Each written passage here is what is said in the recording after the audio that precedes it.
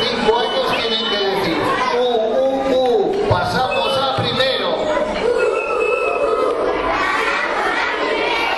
Bien, ya les hemos visto. Los de 4 años tienen que esos culos.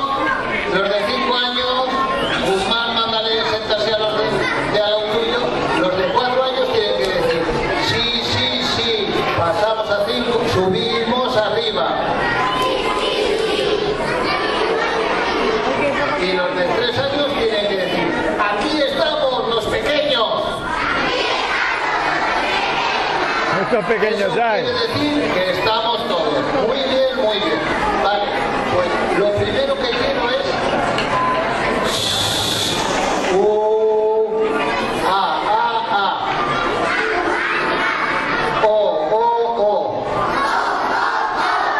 E. Y me callo yo.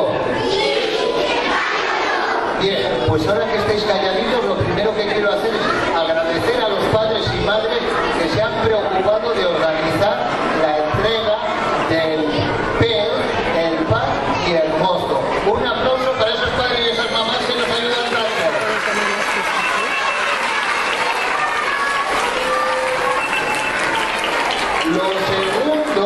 Lo segundo, decir que ha quedado muy bonito, ha quedado muy bien ver cómo los mayores explicaban la historia del pez y del vino a los pequeños y que tendremos que aprovechar esto para el curso que viene. Bien, y lo interesante, vamos a tener actuaciones. Estrella, ¿de qué cursos tenemos actuaciones? Bueno, pues buenos días a todos. A ver si somos capaces de estar calladitos mucho más todavía, porque si no, no se va a escuchar nada y es una pena. Vale, los de la derecha de allá al fondo, a ver si se callan un poquito. Bueno, van a actuar, este año les ha tocado a tercero, cuarto, quinto y sexto. En septiembre les tocará a primero, segundo, que también son muy importantes.